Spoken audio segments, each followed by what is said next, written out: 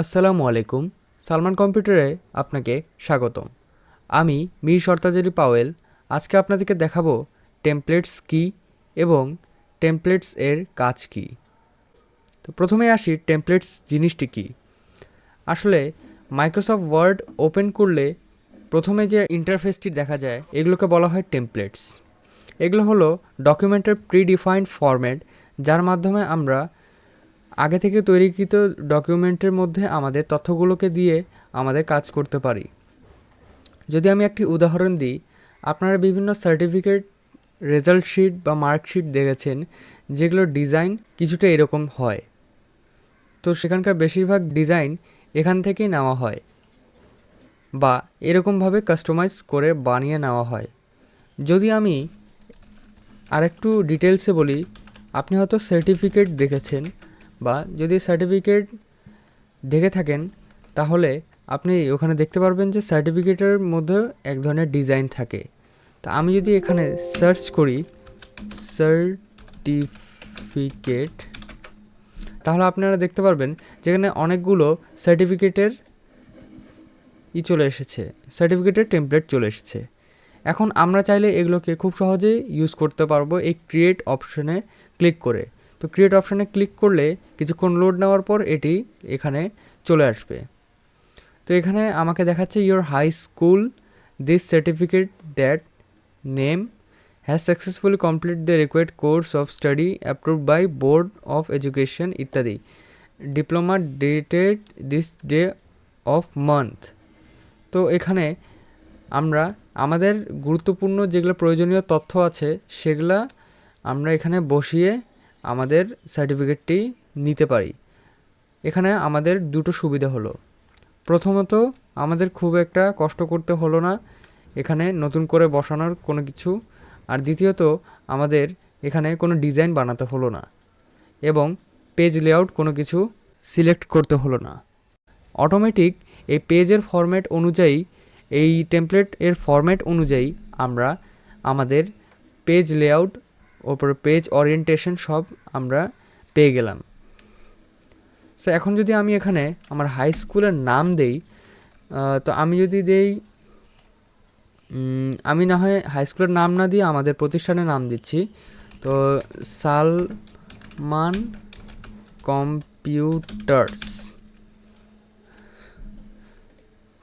This সার্টিফাইজ that, ওপর আমার নাম যদি দেই, আমার নাম মীর শরতাজ আলী, তারপরে আমি লিখে দিলাম কম্পিউটার অপারেশন লেভেল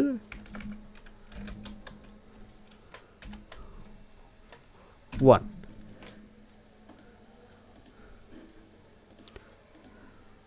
তারপরে এখানে এই সার্টিফিকেটটাকে আমি সেভ করতে হলে, আমার যদি সেভ করতে ইচ্ছে করে তাহলে আমি এখানে ফাইলে গিয়ে সেভ অ্যাসে গিয়ে এটিকে আমার লোকেশনে সেভ করে নিব, ব্রাউজ করে তারপরে এখানে আমি সেভ করে নিব। তা আমি এখানে আমার ইচ্ছা মতো নাম দিতে পারি, দিলাম মাই ফার্স্ট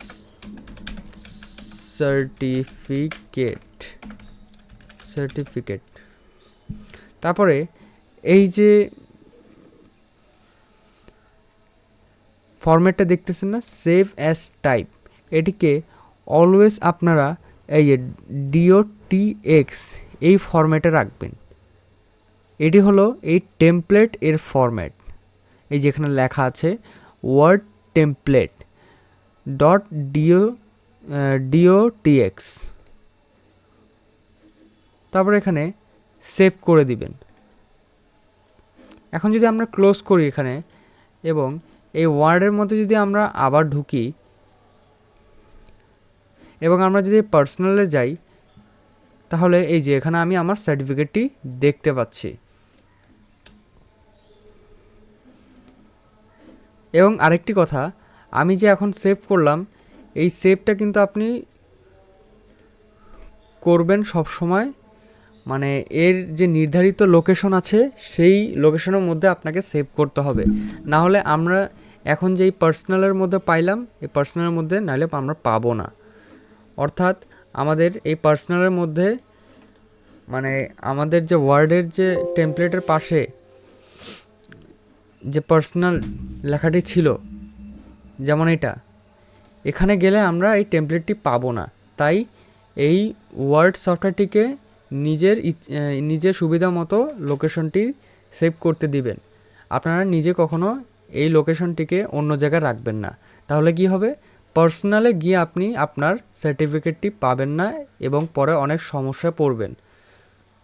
এবং সবসময় ফরম্যাটটি DOTX-এ দিবেন এবং এই টেমপ্লেটের ফরম্যাটটি হলো .DOTX।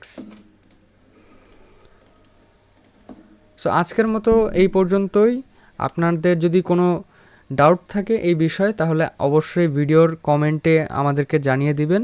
আমরা চেষ্টা করব এর পরবর্তী ভিডিওতে সেই ডাউটগুলো ক্লিয়ার করার। আশা করি দেখা হবে পরের ভিডিওতে। আসসালামু আলাইকুম।